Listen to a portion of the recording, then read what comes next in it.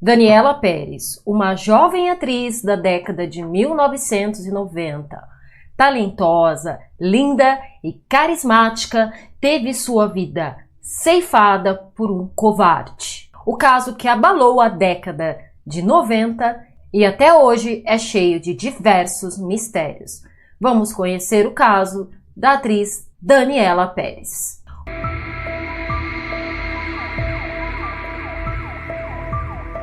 Olá, sejam todos muito bem-vindos ao canal. Se inscrevam, curtam e compartilhem se vocês gostam desse tipo de conteúdo. E também escrevam para mim aqui embaixo qual caso criminal que vocês gostariam de ver aqui sendo investigado e contado por mim. Vamos agora ao caso Daniela Pérez. Bom, gente, antes de falar do caso da Dani, é importante nós conhecermos um pouquinho aí do ano de 1992, certo? O Brasil, ele era uma jovem democracia, certo? Em 1985, nós tivemos aí a morte do Tancredo Neves. Depois, o José Sarney, ele assumiu aí a presidência, ficou até meados de 1989-90 como presidente do Brasil. E nessa época nós tivemos aí a nossa eleição, né, a nossa democracia sendo colocada aí em prática com o Luiz Inácio Lula da Silva e o Fernando Collor de Mello. O Collor, ele ganha a eleição e começa-se aí o governo Collor. Para quem não sabe, o Collor, ele fez uma administração terrível enquanto ele era presidente. E também em 1992, que é o ano que ocorreu esse caso, acontece o movimento Direta Já. Então, era o pedido do impeachment do presidente Collor, que ele sai do governo antes de acontecer o impeachment de fato, certo? As notícias dele sair do poder e tudo mais pipocam aí no Brasil inteiro e mundialmente. Só que esse caso, gente, foi um caso que teve tanta repercussão que ele simplesmente apagou o caso aí do Collor. E não é para menos. Infelizmente, a nossa pessoa de hoje aí que nos deixou muito cedo é a atriz Daniela Ferrante Pérez Gazola. Ela era mais conhecida como Daniela Pérez. Ela nasceu no dia 11 de agosto de 1970. Ela era do Rio de Janeiro. Para quem não sabe, ela era filha da autora de telenovelas Glória Pérez e do engenheiro Luiz Carlos Salpiquete Pérez, né? Que posteriormente eles tiveram mais dois filhos, o Rodrigo, que nasceu em 73, e o Rafael, que nasceu em 1975. Ou seja, a Dani, ela era aí a filha mais velha do casal. Para quem se identifica com dança, a história da Daniela é maravilhosa. Por quê? Antes dela virar atriz, né, dela descobrir este outro dom, a Dani, ela sempre amou dançar. Então, com 5 anos de idade, ela já dançava profissionalmente, ela dedicava muito tempo da vida dela para a dança. Logo muito cedo, ela entrou para uma companhia ali carioca, que era muito famosa, chamada Companhia Vacilou Dançou.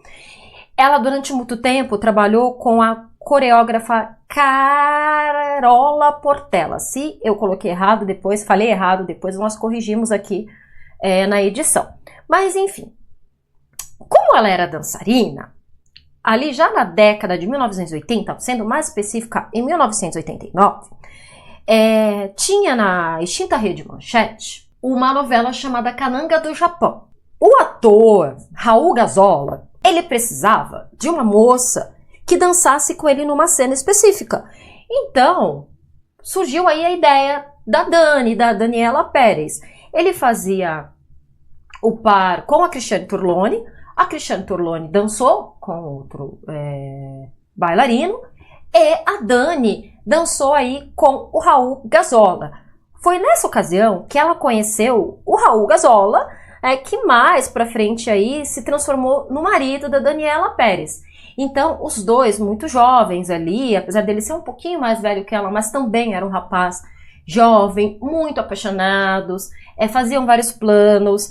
A Dani fez uma coisa aí que a mãe dela brinca que leva essa mágoa até hoje, porque os dois, assim, no ápice da paixão, se casaram e não convidaram ninguém pro casamento. Por quê?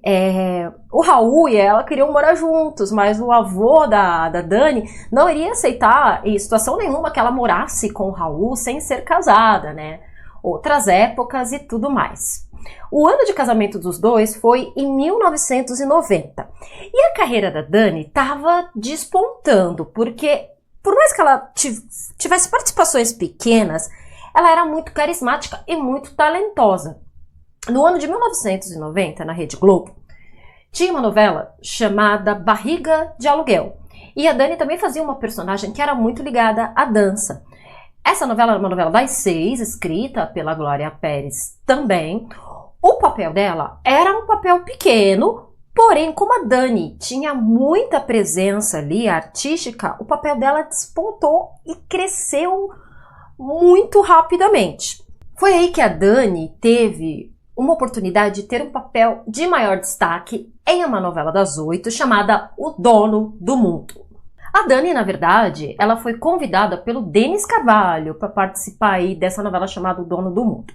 Qual era o papel da Dani? Era um papel, sim, de coadjuvante, mas ela era irmã da Glória Pires, né? A Glória Pires fazia aí a esposa do Antônio Fagundes e a Dani era a irmã da Glória, filha do Estênio Garcia, com uma participação também já muito marcante na novela O Dono do Mundo. Tempos depois, O Dono do Mundo, foi de 1991.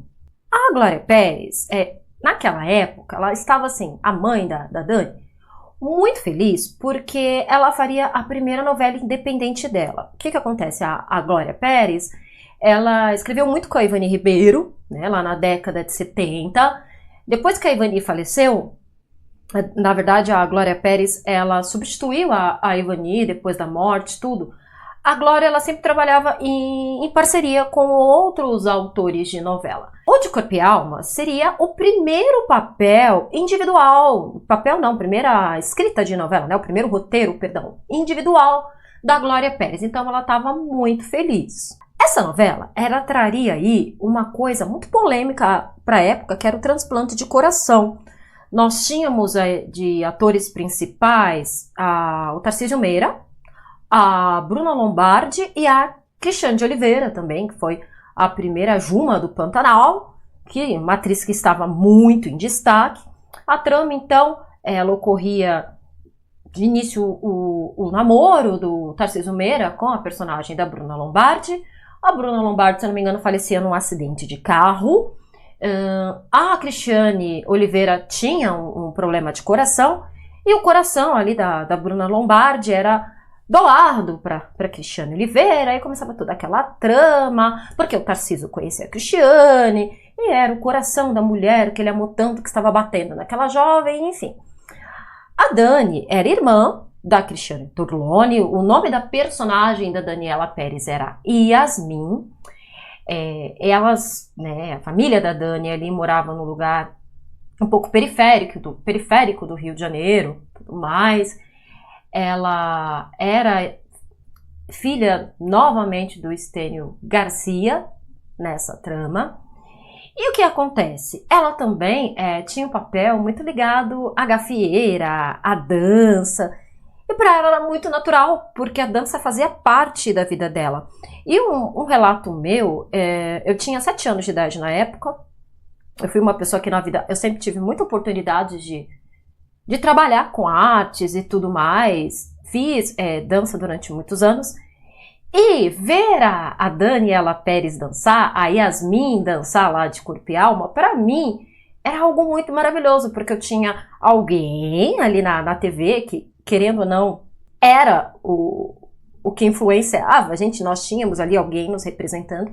E tinha aquela jovem linda, porque a Daniela não era só talentosa, ela era muito bonita, muito jovem, muito cheia de vida, dançando nas gafieiras cariocas. Então eu ficava deslumbrada. Eu tinha 7 anos de idade, já dançava aí há um tempo, mas eu ficava deslumbrada em ver a Dani dançando. Por fim, ela despertava uma admiração de um de um gótico, perdão, chamado Reginaldo, que era vivido pelo personagem do Eddie Johnson, né? E esse personagem, ele ficava seguindo ela por todos os lugares. Era bem engraçado, porque eu me lembro de uma cena em que a Dani, propositalmente, a Yasmin, ela joga um grampo de cabelo no chão, e o personagem do Eddie Johnson, ele fica dias ali louvando aquele grampo de cabelo que caiu ali da Dani, né? Da Yasmin, da personagem. Mas, enfim, a Daniela, ela estava conciliando na época o papel de Yasmin e os ensaios que ela queria montar no teatro, um espetáculo sobre dança junto com o Raul Gasol. O que acontece? Ela com Yasmin, ali na trama de Corpo e Alma, ela começava tendo um caso com o Fábio Assunção, e era aquele caso muito conturbado. O Fábio Assunção era um rapaz que tinha mais dinheiro, ela vinha de uma família pobre, então teve um hiato aí no caso dos dois, teve uma separação, que é onde entra aí o personagem do assassino da Dani na vida real, o motorista de ônibus Bira.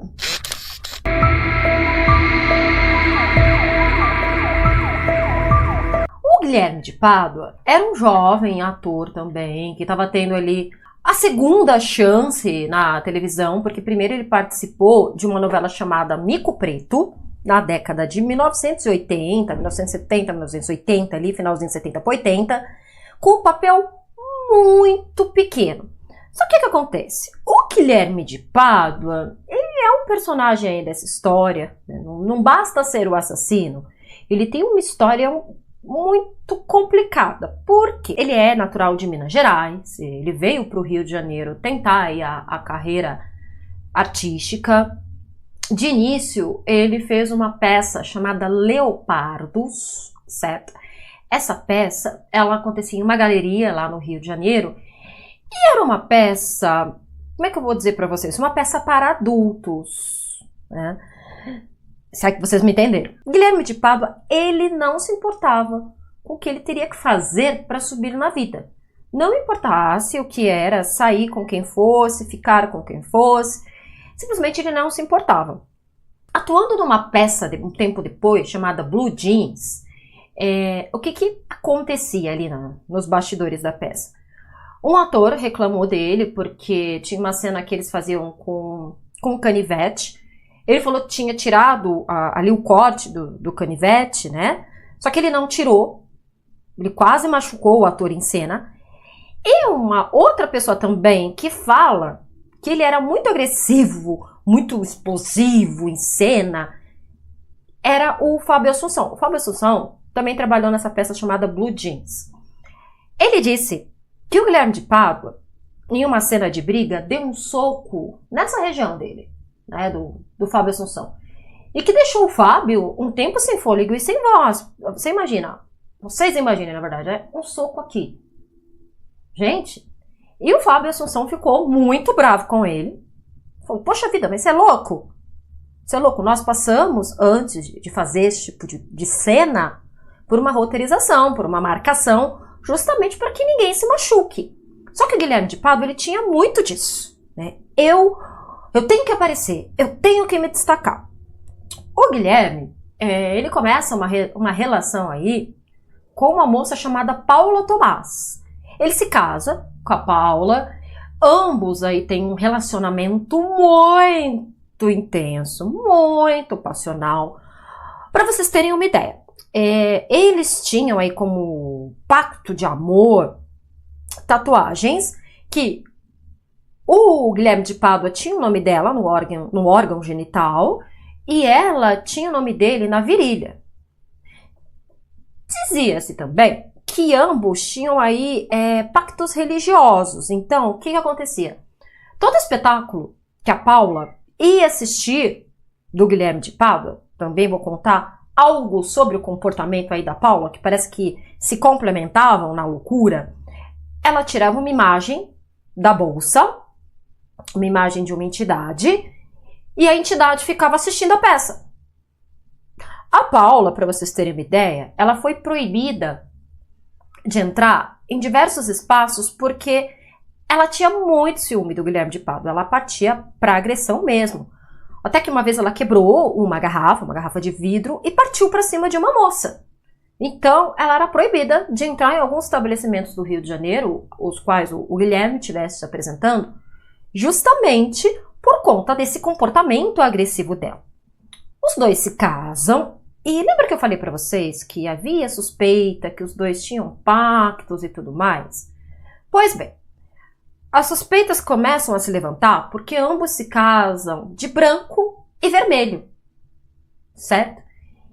Enfim, o Guilherme de Pádua, ele tem essa oportunidade aí na novela da Glória Pérez, o De Corpo e Alma, e por incrível que pareça, gente, esse papel iria para outro ator, não era para ser do Guilherme de Pádua. Esse outro ator, ele não foi dispensado de uma novela que ele estava fazendo, que era o Alexandre Frota. O Alexandre Frota, ele estava fazendo uma novela, se eu não me engano, das 7, e o autor dessa novela não conseguiu dispensar o Alexandre Frota. Então, ficou pro Guilherme de Pádua esse papel aí de Bira. E era aquele velho negócio, totalmente intenso em todas as gravações. O ator Maurício Matar dividia o camarim com o Guilherme de Pádua. E o Maurício Matar se sentia muito mal, e ele relata também que não é que ele tenha nenhum preconceito com religião nenhuma e tudo mais, mas todo lugar que o Guilherme de Pádua ia, ele ia com uma estátua também dessa entidade e colocava ali. E o Maurício Matar falava, poxa, você tá dividindo esse espaço comigo, eu me sinto mal, eu não quero ter essa imagem aqui. O Guilherme de Pádua, ele também usava uma fita vermelha, que ele não deixava ninguém colocar a mão nesta fita vermelha, certo? Enfim, o pessoal ali do De Corpo e Alma, né, estranhavam muito trabalhar com ele e tudo mais. E chegamos aí em meados de dezembro, a novela já estava ali perto de acabar, né? Já tinha desencadeado o relacionamento do Bira com a Yasmin. Só que desde o início, a ideia era que a personagem da Yasmin ficasse com o Fábio Assunção, com o ator Fábio Assunção. E que o Bira, ele perderia espaço na trama justamente por conta disso. Porque ele entrou ali para viver como aquele motorista de ônibus, boa pinta, tudo para viver o relacionamento com a Yasmin. Mas ele sairia ali do caminho para ela poder ter um final feliz com o Fábio Assunção. O que acontece? Ele começa a ser totalmente desagradável com a atriz, com a Daniela Pérez. Ele ligava para a Daniela toda hora, ele cercava a Dani em todos os lados. Teve uma situação, inclusive, que uma maquiadora perguntou para a Dani o que está acontecendo. Ele mandava bilhetinhos para ela, tudo. E a Dani, não está acontecendo nada, não está acontecendo nada. Não, mas me conta, me conta. Ele, o Guilherme, fica me cercando, tal, para que eu fale com a minha mãe, para ele ter mais espaço na novela e tudo mais. É gravada a cena em que a Yasmin e o Bira terminam o namoro. As pessoas ali que estão assistindo a cena ficam assustadas porque falam que ele estava muito, assim, abalado, como se realmente estivesse vivendo aquilo. Fugia do bom ator. Já o negócio já estava misturado, vamos dizer assim. E ele sai muito emocionado do cenário, chorando e desesperado.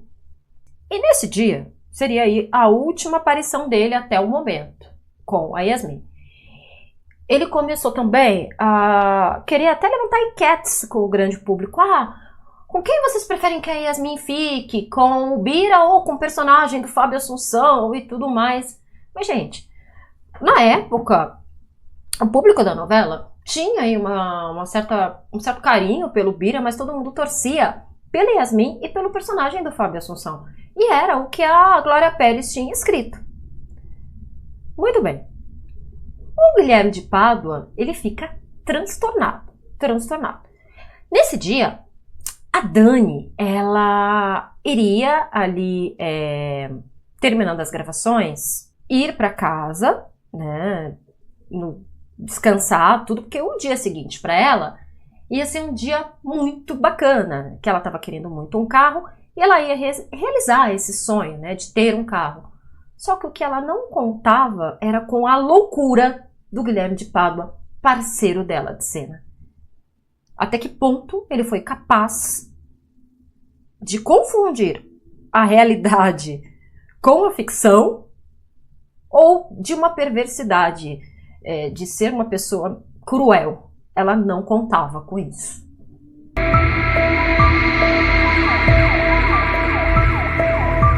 Bem, o Guilherme de Pádua ficava perseguindo a Dani ali nos corredores da Taiko, porque antes de ter totalmente construído ali a cidade do Projac, a Globo, ela alugava a Taiko para gravar algumas produções. No caso do De Corpo e Alma, da novela De Corpo e Alma, ela foi gravada na Taiko. Pois bem, e começaram a reparar que ele não deixava a Dani em paz. Ele não deixava a Dani em paz. A atriz que fez a mãe da Daniela Pérez, a Marilu Bueno, ela percebia que a Dani estava realmente se sentindo muito desconfortável. E ela falava para Marilu, não, vai melhorar, ele só tá assim porque ele tá querendo mais destaque e tudo mais. E ali, gente, olha, a situação poderia ter sido evitada. Só que a Dani, ela não levou muito a sério. Só que o cara já era um stalker, ele já tinha se transformado num stalker, porque ele ficava perseguindo a Daniela em todo momento. O que eu quero que vocês pensem comigo, independente do trabalho que vocês tiverem, pense. Vocês têm um colega de trabalho que fica atrás de vocês incessantemente, assim, insanamente, atrás de você. A Dani ia almoçar, ele ia atrás. A Dani terminava uma cena de gravação da Dani, ele ficava esperando. Às vezes ela tinha que se esconder ali na maquiagem, se esconder ali com as maquiadoras, porque ele ficava em cima dela. E era que a pessoa que, segundo relatos, ele sufocava você. Então, por mais que a Dani tentasse evitar, a Dani não estava mais sabendo como lidar com aquilo. Telefonemas, ela pedia para não chamá-la. Até que uma hora, ela falou assim pro Raul, eu não sei mais o que fazer, pro Raul Gasol. Porque eu tenho medo que ele atrapalhe o nosso casamento.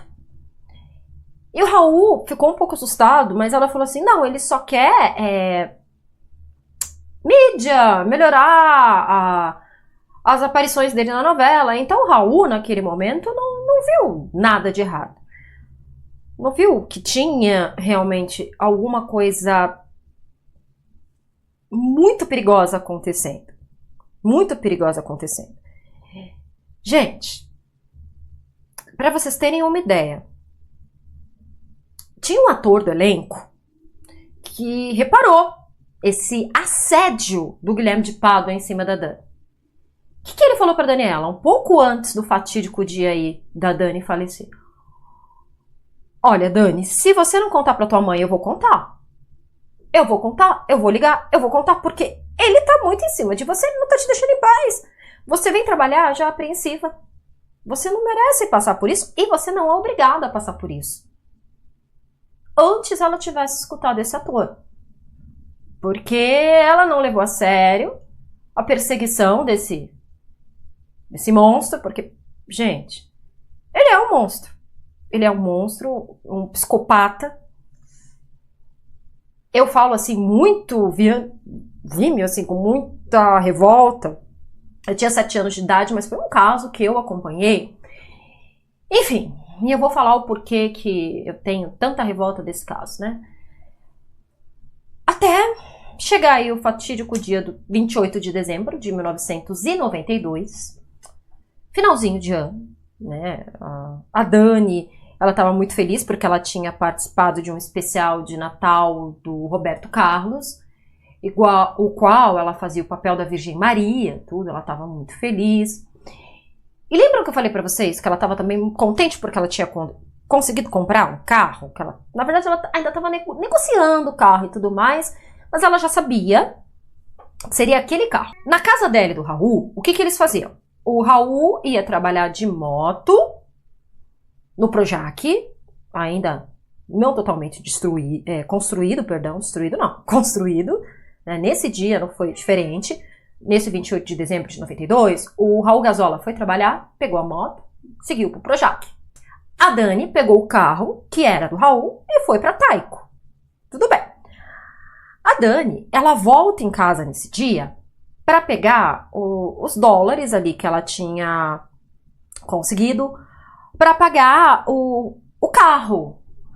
E a mãe dela ficou até um pouco preocupada com a compra desse carro, porque elas não estavam num momento assim financeiramente estável. Elas estavam bem, mas não estavam super bem. Tava ali ainda naquela indo, se estabelecendo na vida. E o ano de 1992 aí para a família tinha sido um ano muito legal, porque o irmão da Dani tinha passado na faculdade de Direito. A Daniela Pérez estava despontando aí a carreira como atriz. A Glória estava escrevendo a primeira novela dela individual. Só que o que acontece? A Glória, ela queria adiantar uns capítulos ali da novela para poder curtir as festas de final de ano, né? Lembrando, 28 de dezembro, já tinha passado o Natal, mas ela queria escrever e ter essa folga para curtir com a família, para viajar, nada mais justo. E a Dani, nesse dia, ela vai almoçar em casa e também vai pegar os dólares. Ela almoça em casa, né, com uma prima e fala, poxa mãe, vamos almoçar com a gente, tal. Aí a Glória fala pra ela, mãe, não pode, filha, porque a mãe tá aqui compenetrada em adiantar os capítulos da novela e tudo mais e não vai almoçar com a filha. Na verdade, o almoço aí da Dani com essa prima, ele é interrompido porque o carro do Raul Gazola tá fazendo um barulho na garagem.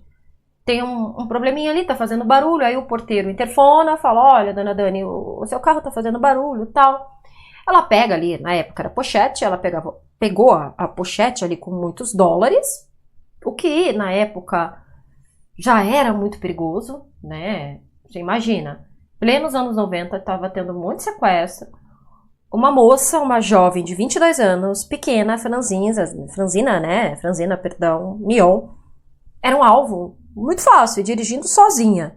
Mas a prima dela ainda alerta, Dani, toma cuidado, você tá com muito dinheiro. Não, tudo bem, eu vou me cuidar, vai ser uma negociação rápida.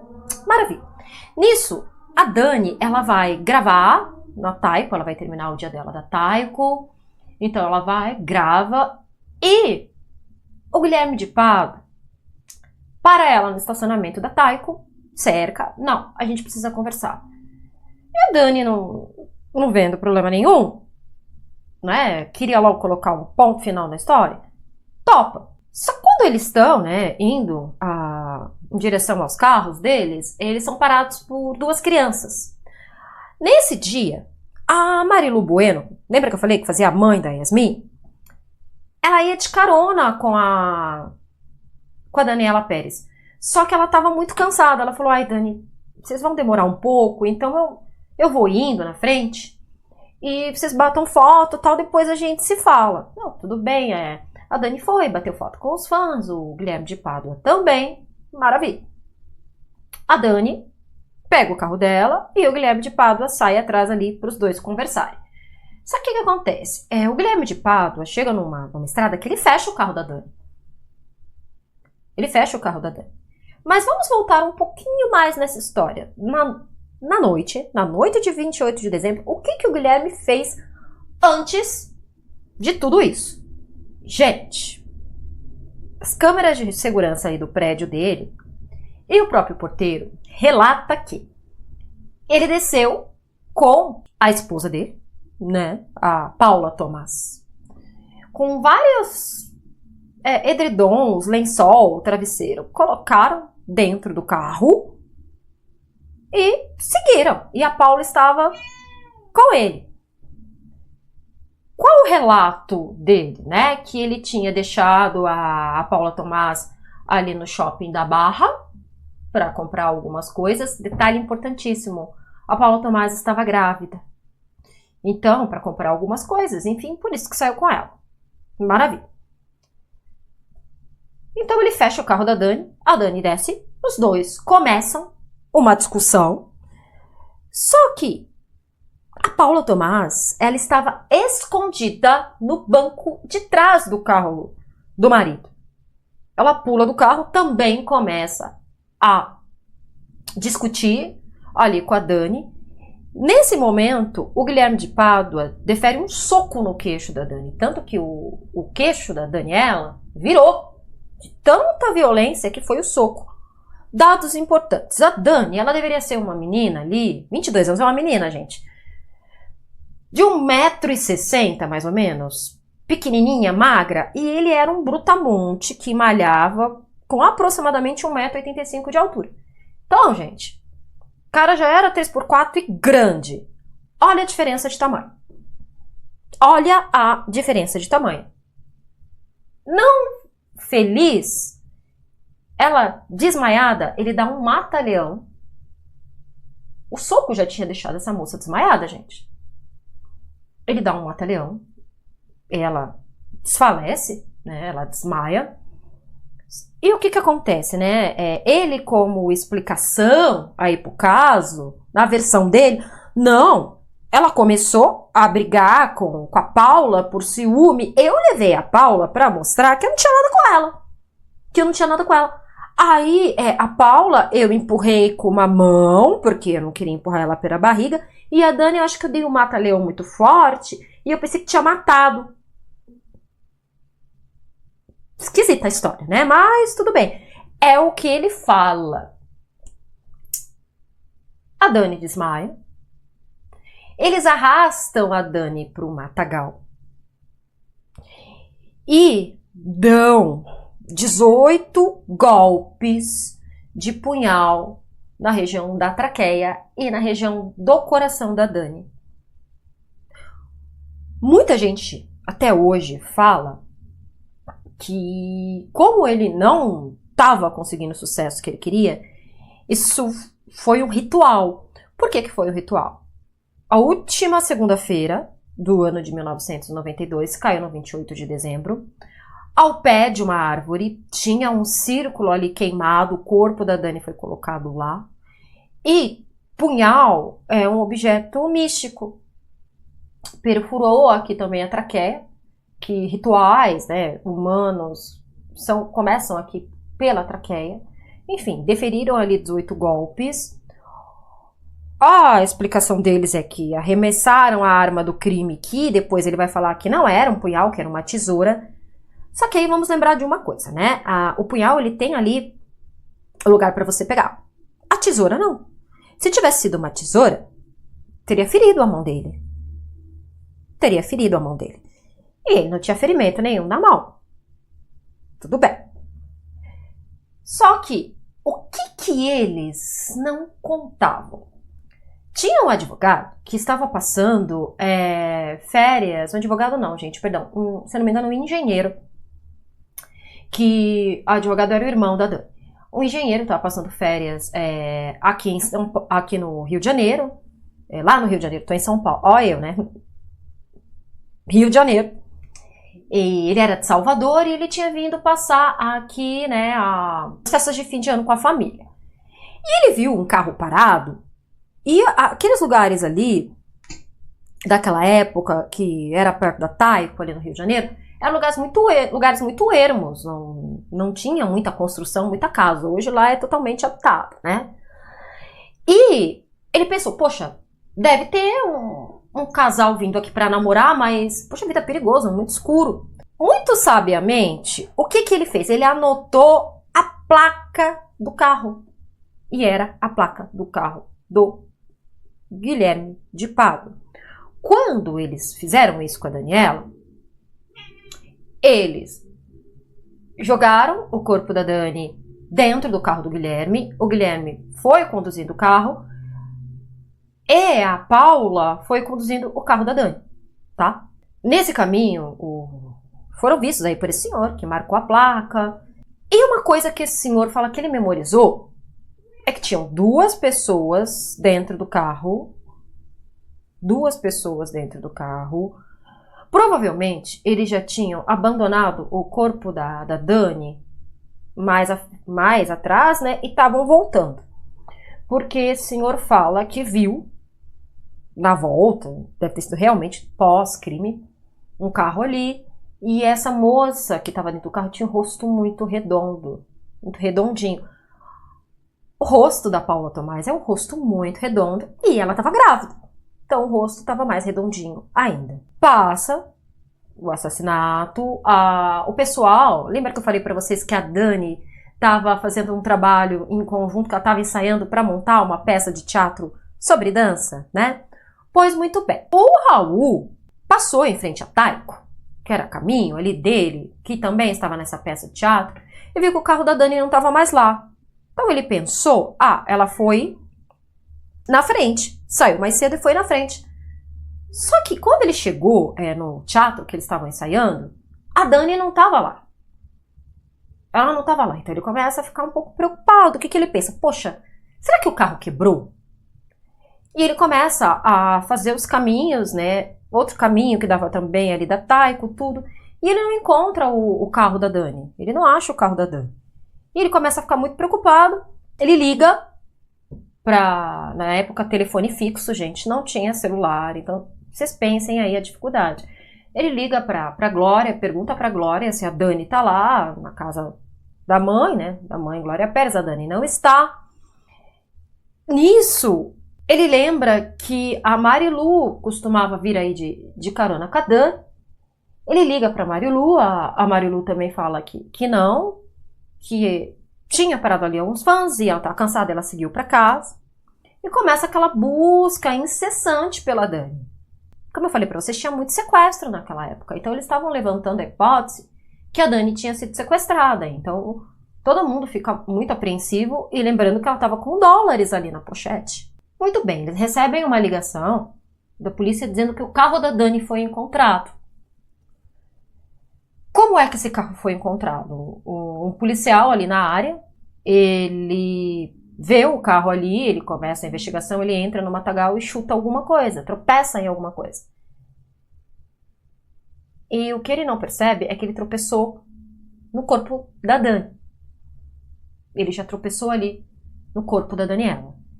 Chamam o Raul para comparecer à delegacia e junto com o Raul vai a atriz que fazia aí o papel da mãe da Dani, a Marilu. E chegando lá, ele pede para conversar com a Marilu antes. Aí o Raul fica, mas o que é... Como assim? Aí o policial pergunta, o que a senhora é da Daniela? Eu sou a mãe dela na novela. Então a senhora vai vir conversar comigo. Poxa vida, mas eu sou o marido. E é compreensível, o seu marido... Aconteceu alguma coisa com você, seu marido, sua esposa, normalmente quem vai saber primeiro. Mas não, ele chamou a Marilu. Nisso, o Raul ficou sem entender. O Raul Gazola falou, poxa vida, mas por que chamou ela primeiro? Ele liga pra Glória Pérez e fala, poxa vida, eu acho que a Dani foi sequestrada. Acho que a Dani foi sequestrada, pô. Tal. E a Marilu vai lá conversar com o policial. E... Enfim, vem a notícia pro Raul Gazola, a Marilu fala, olha, você precisa ser muito forte, mas a Dani não está mais entre nós. Só que o que o Raul associa? Poxa vida, desastre de carro. Ela deve ter batido o carro e ter sofrido um acidente grave. Ele vai pro policial e pergunta, o carro ficou muito amassado? O policial fala, não. Ele, mas como assim? O policial não fala o que aconteceu, né? Gente, aí de novo, eu sempre falo da mídia, a mídia começa o circo em volta do caso, né? Ele sabe depois o que aconteceu com a Dani, eles vão ao local que o corpo foi encontrado. Meu Deus, lembra que eu falei pra vocês que eu tinha repúdio total do Guilherme de Pádua? Que ele faleceu, mas eu tenho. Por quê? A mídia... Gente, fotografou o cadáver da Dani. Algum jornalista ali perfurou aquela fita amarela que a polícia coloca para fotografar. Primeiro, quem foi ao lugar do crime, o local que tinha acontecido, foi o tio da Dani, que é médico, reconheceu o corpo. Depois o Raul A Glória foi ao lugar, tudo. O Raul entrou ali e falou que não era... Não é a Dani, falou pra Glória depois, né? Ali é só o corpo da Dani. A Dani não é isso. Não é isso. Gente, a mídia fazendo todo esse circo. Tem um ator, também trabalhava na novela de Corpo e Alma, um ator chamado Vitor Fasano, que, gente, ele estava ali consolando a Glória Pérez, porque a Glória fizeram tipo um mutirão ali com a Glória. Os amigos da novela tinha o Vitor Fasano, o Maurício Matar, o próprio Alexandre Frota, que era muito amigo também da autora, né, da Glória Pérez, mas enfim. Um fotógrafo, gente, desculpa, muito espírito de porco, coitado do porco, né, sei lá o que é um traste desse. Já não basta estar atrapalhando o serviço da polícia, porque está atrapalhando o serviço da perícia. Ah, Rita, mas até hoje essa perícia... Tá, whatever, a gente não consegue provar. Mas estava atrapalhando. O que ele faz? Ele passa aquela faixa amarela, vocês devem saber, aquelas faixas lá de série criminais, quando tem o cadáver ali colocado ao redor do cadáver, justamente para que ninguém ultrapasse aquela faixa. A faixa não tá lá, gente, para ficar bonita. Ela tá lá porque não pode ultrapassar. Ninguém pode ultrapassar. Tá bom que tem a família, tudo que vai querer passar, é compreensível, mas aí você pensa. Fotógrafo, na verdade, simplesmente ele levantar a faixa, ele passa e, gente, para parecer melhor aí as punhaladas e para expor mais o cadáver da Dani, ele levanta a camiseta que a Dani tá usando, deixando o peito da vítima de fora. O Vitor fazendo ver aquilo, ele não aguenta, ele dá um soco nesse fotógrafo. Só qual o problema, né? Depois de processado, o Vitor Fasano ainda perdeu a causa, né? E, pelo amor de Deus, gente. Mas, enfim. Esse caso, ele tem várias coisas, né? Que não dá aí pra gente... Não dá pra gente entender. Mas, muito bem. Começa a investigação. A Dani será velada aí. Muitos colegas vão ao velório e tudo mais. O Raul Gazola está ali, no momento de sofrimento, velando a esposa dele. Quem aparece no velório? Guilherme de Pádua. Enquanto eu não sabia se o que tinha acontecido com a Dani, a Marilu fala pra Glória que a última pessoa que esteve com a Dani foi o Guilherme de Pádua. Então ela liga pra casa do Guilherme de Pádua e fala: poxa vida, você tava com a Dani e tal? Ah, tá, mas ela foi pra casa, deve ter saído com alguma amiga. Fica tranquila, vai me mantendo avisado. Só que aí levanta, né, aquela hipótese: poxa vida, como é que ele sabe que ela foi pra casa de alguma amiga, depois dali, saiu quando? Como é que ele sabe isso? Mas ele tem o sangue frio de ir lá, abraçar o Guilherme de Pádua. E nisso, tem uma atriz também muito famosa chamada Cláudia Raia, que eu acho muito interessante, porque tem um documentário da HBO, depois eu vou falar pra vocês, se não me engano da HBO Max, em que ela falou que desde o início ela suspeitou aí do desaparecimento da Dani, porque ela até brinca, fala: bailarino, faltar ensaio só se tiver morto. E a Cláudia Raia também muito amiga do Raul Gazola, todo mundo ali eram pessoas que eram bailarinos, tal, artistas, era um ciclo de amigos ali, né? Um círculo, perdão, de amigos. Ela olha pro braço do Guilherme de Pádua e vê que quando você aperta o braço com a unha e fica meio que sangrando, meio roxo, e ela olha que ele tá com uma marca que provavelmente é de uma unha feminina e que tá meio fresco ali o hematoma, que não é aquele negócio que já passou, que tá meio fresco. Segundo a Cláudia Raia, ela olha e aquilo fica na cabeça dela. Ela fica, né, pensa, tudo mais. Só que, conforme ia acontecendo ali o velório da Dani, as investigações já estavam ocorrendo também. E encontraram o assassino também muito rápido. Lembra daquele senhor que eu falei pra vocês? Ele marcou o número da placa do Guilherme de Pádua e passou para a polícia. Na investigação, que foi aí dirigida pelo delegado Cidade, e esse delegado, ele é muito controverso aí na história da polícia, mas enfim, eles vão até a Tyco e falam, olha, queremos a placa de todos os carros que entraram e saíram aqui do estúdio. Aí o delegado fala, carro tal, Guilherme de Pádua. Bate ali no nome do Guilherme de Pádua. Só que, o que o Guilherme fez? Ele se achava, assim, muito inteligente. Ele pegou uma fita isolante e modificou um número na placa do carro dele, achando que a polícia não ia suspeitar. Então, a polícia chega até o Guilherme de Pádua, descobre que a placa estava adulterada, né? Estava adulterada. E ele é detido. Gente, ele foi detido, aí ele contou essa história que eu falei pra vocês, aí não. Eu tentei defender minha esposa e a Dani tava me perseguindo porque ela queria ter um caso comigo. Aí, o jeito de a minha esposa confiar em mim, porque ela tá grávida, não sei se vocês sabem, mas ela tá grávida, e eu tenho que defender a minha família. Foi levar minha esposa junto. Aí a minha esposa viu e ficou com ciúme. E não sei o quê. Ai, eu posso ligar pra minha esposa? Tá, liga. Ai, amor, eu vou segurar tudo aqui pra gente. Eu vou segurar tudo aqui pra gente. A polícia fica... Segurar tudo aqui pra gente? Como assim? Se você parar pra pensar, eu vou segurar tudo aqui pra gente no telefone, gente. Segurar coisa nenhuma. Ele já tá querendo culpar a companheira dele. Ele já tá querendo culpar a Paula Tomás. Pois, muito bem. A notícia chega até o Raul Gazola. Como é narrada essa notícia, né? O Raul sentou ali, né? Depois que enterraram a Dani e tal. Ele tá sentado ali na salinha do velório.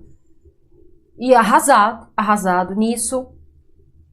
A mãe do Raul Gazola fala, a gente precisa te falar. Descobriram quem fez isso com a Dani. Raul Gazola é um homem grande. A mãe dele, não sei se essa senhora ainda está viva, mas é uma mulher grande. E foi o Maurício Matar, que também é um ator grande, e o Alexandre Frota, que também é outro homem grande. Tony Tornado. E o Tony Tornado. Gente, o Tony Tornado é enorme. Enorme. Se eu não me engano, o Tony Tornado ele tem mais de 1,90 m de altura. Então, ele estava sentado, eles abraçaram, assim, o Marcos fazendo, o Alexandre Frota, perdão, fazendo massagem, a mãe do lado, o Maurício Matar do outro. Parece que o Tony Tornado abraçou as pernas do Raul, se eu não me engano. Falaram, foi o Guilherme de Pádua. Gente, olha, quando falaram que foi o Guilherme de Pádua, o Raul, ele levanta com todo mundo. Ele levanta todo mundo. Levanta a mãe, levanta os 3 homens grandes. Ele se levanta numa fúria. E ele começa a pegar esses assentos, não são assentos, são essas almofadas que tem assim, cadeira, tudo, e ele começa a morder com muito ódio. Ele fala, eu vou fazer a mesma coisa com o pescoço desse desgraçado, para não falar outros nomes que ele disse, e com toda razão. Aí o pessoal que presenciou a cena falou que foi muito triste, porque ele deitou no chão ali, ficou numa posição fetal. Só de imaginar a cena, gente, já deixa a gente sem palavras, né? Já deixa a gente sem palavras.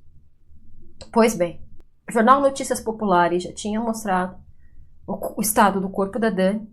Depois, logo em seguida, o Jornal Notícias Populares traz a reportagem aí do Guilherme de Pádua. E começa a patifaria.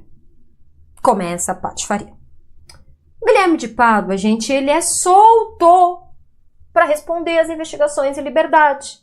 A Paula Tomás, que é óbvio que a polícia também foi atrás dela, primeiro vão lá, porque um rezador fez uma reza nela para ela conseguir dormir. Ela vai lá, pressa, depoimento, também é solta, porque tá grávida. É lógico, cada um desapareceu.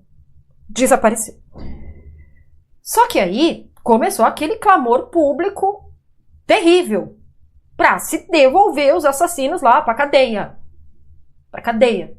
O Guilherme de Pádua, ele é encontrado por denúncia. Por denúncia, ele é encontrado. Ele conta essa versão ridícula dele. E depois, como se não bastasse, ele muda. Gente, ele muda a versão falando que foi a Paula Thomaz que deu as punhaladas na Daniela Pérez. E ele é muito artístico, né? Ele era muito artístico. Ele deu uma entrevista pro Marcelo Rezende, que, gente, tudo ele encena. Tudo ele encena e tal. Aí ele fala, não, porque foi assim. Quando eu dei o mata-leão, eu joguei a Dani lá no matagal. Quando eu percebi, a Paula tava dando várias estocadas no pescoço e no coração dela, fazendo... Aí eu falei, Paula, o que você está fazendo? Eu não sei, ai meu Deus. Ele é de uma cara de pau a esse nível. E no júri, ele também fez isso. Foi aquele júri, artístico quando era a fala dele. E cada versão, ele mudava ou colocava uma coisa, sempre o ator encenando. Bem, como nós sabemos, a polícia entendeu que a Paula Thomaz também era cúmplice. E no dia 31 de dezembro, os dois tiveram a prisão decretada, fugiram, tal, encontraram eles e... enfim. Como eu tinha contado para vocês anteriormente, porque vocês pensem, né? Você tem 2 assassinos ali, não há dúvidas que foram eles, e a justiça fala que eles vão responder em liberdade. Gente, pelo amor de Deus. É meio óbvio que eles iam fugir.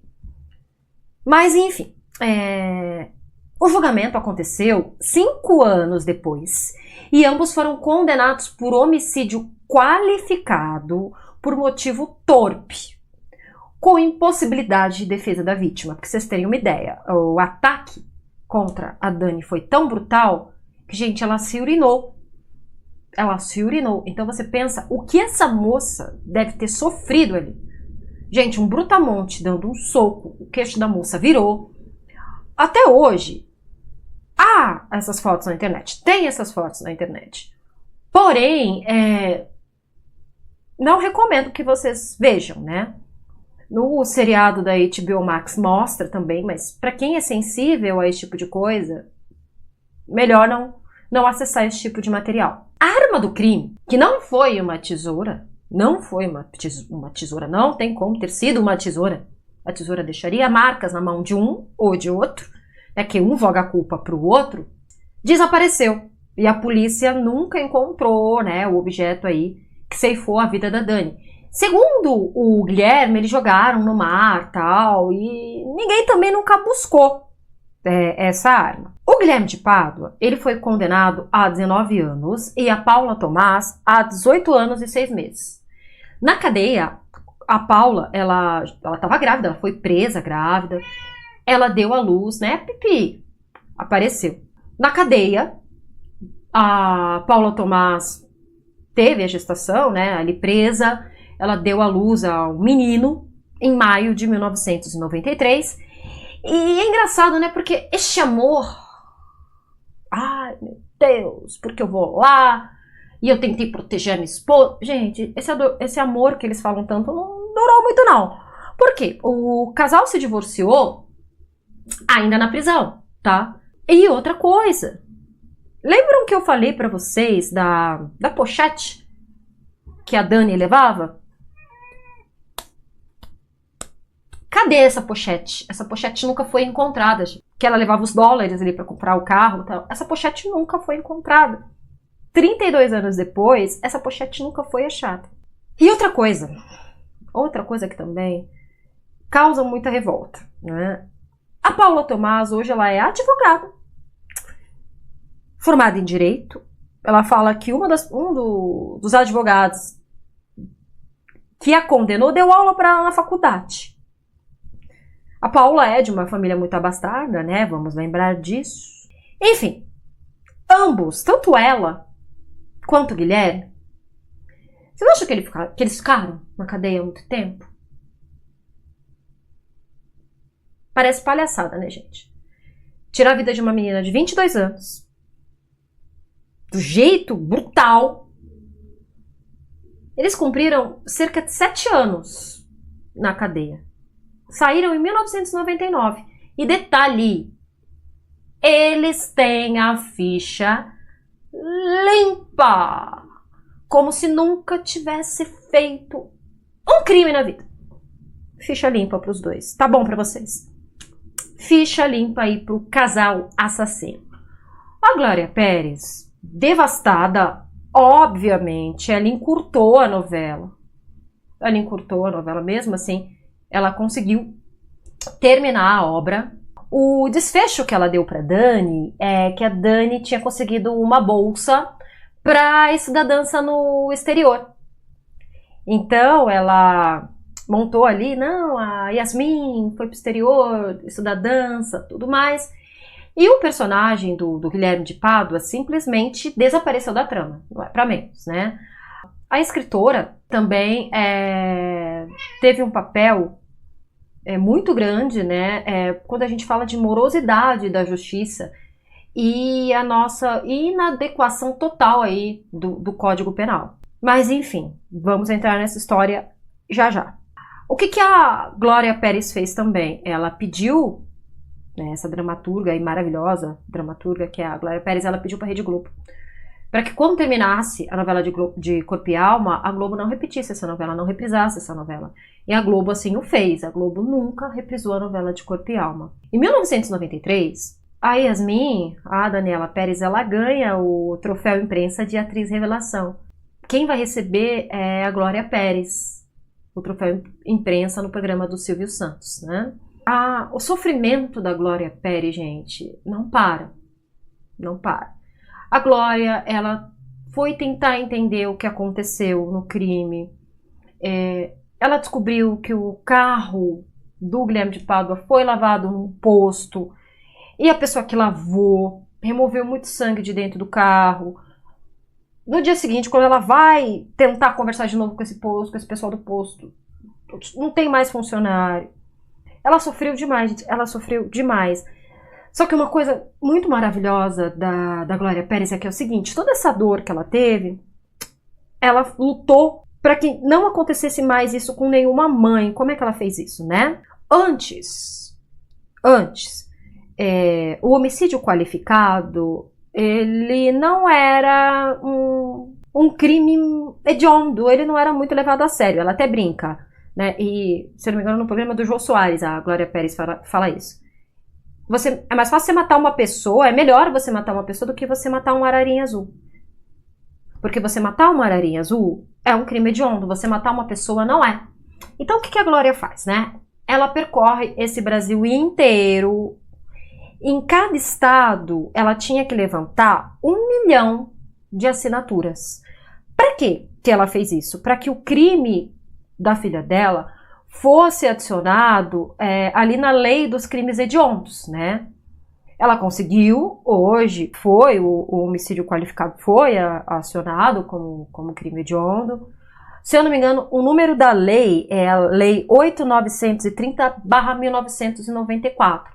Ela conseguiu 1 milhão de assinaturas. Ela fala, quando ela levou para Brasília todas essas assinaturas, gente, poucos representantes da política ali que podiam mudar a lei deram atenção para ela, e o Senado naquele dia ia entrar em recesso, se eu não me engano também por conta de final de ano, e ela tinha que ir naquela data e foi um sofrimento, mas ela conseguiu.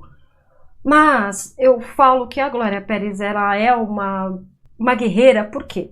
Vocês sabem que a lei não retrocede. A lei não foi mais aplicada no caso da filha dela.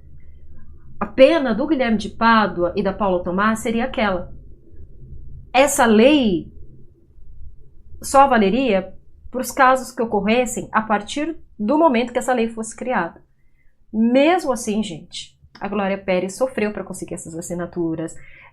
Os amigos da Dani, né, o Eric Johnson fala muito isso, Maurício Matar fala muito isso, que nas peças de teatro, né, ali perto da entrada, eles levavam, poxa vida, assina aqui, tudo é por justiça, e eles conseguiram. A HBO Max, em 2022, fez uma série chamada Pacto Brutal, se eu não me engano, com 5 episódios, que fala muito detalhadamente o que ocorreu com a Dani.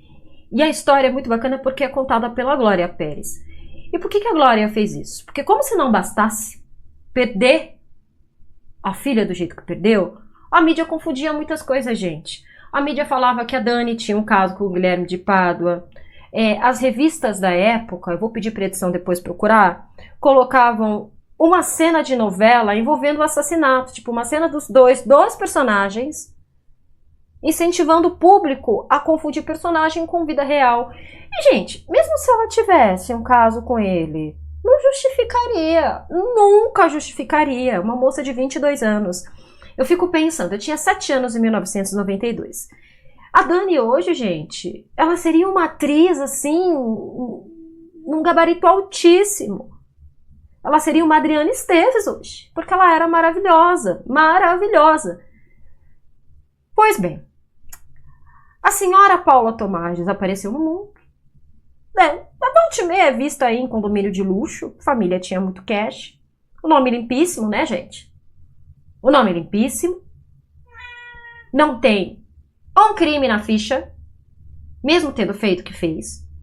E o senhor Guilherme de Pádua, na época, escreveu um livro de dentro da cadeia, contando a versão dele. Livro o qual foi retirado pela justiça aí das livrarias. Esse monstro, ele fala que logo que depois do que fizeram com a Dani, ele foi pro banho, e se é que vocês me entendem, ele se tocou pensando na Dani. Acho que vocês entenderam o que eu falei. Ele se tocou pensando na Dani. Gente, mais nojento é impossível. É impossível. Cada entrevista que ele dava, como eu falei pra vocês, era um circo. Era um circo. Eu me lembro que o Marcelo Rezende pergunta pra ele, você se arrependeu? Ele olha pro Rezende assim, o que você acha? O que você acha? O Marcelo Rezende fica incrédulo na resposta do Guilherme de Pádua. Enfim, vem a série fez muito sucesso em 2022, é uma série que eu recomendo. Ela tem aí uma faixa etária, se eu não me engano, né, para pessoas de 16 anos, desculpa, 16 anos, uma classificação. Fala direitinho da história, fala o momento que esse advogado viu os dois dentro do carro. Gente, só corrigindo, realmente, a profissão desse senhor que marcou a placa do carro do Guilherme de Pádua, ele é advogado hoje, ele já faleceu, mas teve um papel crucial aí nesse caso. O Guilherme de Pádua, ele reaparece. Detalhe, ele se casou outras vezes, tá? Não sei como. Recebia cartas dentro da cadeia. Bom, a maníaco do parque, né? Pra gente, não é mais novidade. Sempre tem uma louca ou um louco. Ele tinha um tipo, né? E ele tinha um tipo.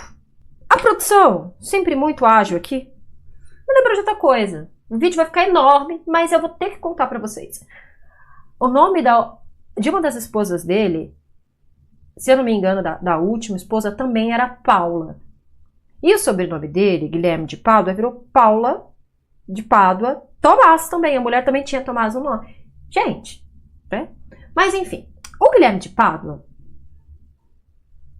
quando assistiu, não sei se ele assistiu, se ele ouviu falar, ele quis pedir perdão pra Glória Pérez, mandou carta. Gente, pelo amor de Deus, o cara nojento, horroroso. Dias depois, detalhe importante, ele se converteu, ele virou pastor de uma igreja. Gente, ele virou pastor. Eu não tô criticando a fé de ninguém, mas um pastor desse eu não quero. Desculpa, eu não quero um pastor desse, não quero um padre desse, não quero um pai de santo desse perto de mim. Obrigada. Ele virou pastor. Até hoje, né? Não sei se por remorso ou por ter o ego totalmente ferido, porque o Guilherme de Pádua, pelo que eu contei aqui, não se tem dúvida que é um psicopata. Este é um psicopata, assim, com a carteirinha oficial dos psicopatas. Ele falece tempos depois que esse documentário entra no ar, né? HBO, que essa série é uma série, entra no ar. Ele teve um ataque fulminante e ele falece. Aí me entra um pastor rindo. Morreu agorinha. Que virou até meme, gente, pelo amor de Deus, eu não tô zombando. Mas é porque morreu agorinha. O pastor entra falando desse jeito na morte dele. Morreu agora, agorinha. Ele acabou de morrer. A Dani é um caso que mexe muito comigo, porque eu era criança, mas eu me lembro perfeitamente da Dani. Ela teve depois, pós-morte, o túmulo violado várias vezes. A família teve que transferir o túmulo para um lugar que nós não sabemos onde está. Uns dizem que ela foi cremada, outros dizem que ela está num cemitério que ninguém sabe. O primeiro túmulo dela era muito lindo, que tinha sapatilhas de bailarina ali que a Glória Pérez pediu para fazer. É um caso que particularmente mexe muito comigo. Eu acho que mexe com vocês também, principalmente com o pessoal da década aí de 1990. Esse caso horrível. Mas bem, gente, eu vou ficando por aqui. Piaf, aparece, meu amor, para deixar o vídeo mais... Oi, minha linda da mamãe. Oi. Bem na frente da luz. Bem na frente da mamãe, né? Ai, eu quero aparecer. Oi, meu amor. Tá estressada. Você tá estressada porque mamãe também ficou aqui brava falando do caso, né? Bom, essa é a triste história aí de uma estrela que subiu pro céu aí muito cedo, que deve estar brilhando no céu até hoje. Gente, eu vou ficando por aqui. Se inscrevam no canal, deixa a curtida. Eu vi que tem muita gente que assiste os vídeos e ainda não é inscrito. Se inscreva no canal, é de graça, tem conteúdo novinho aqui. Toda quinta-feira, 7 horas da noite, para vocês que gostam de True Crime. Eu vou ficando por aqui. Um beijo para vocês e até a próxima.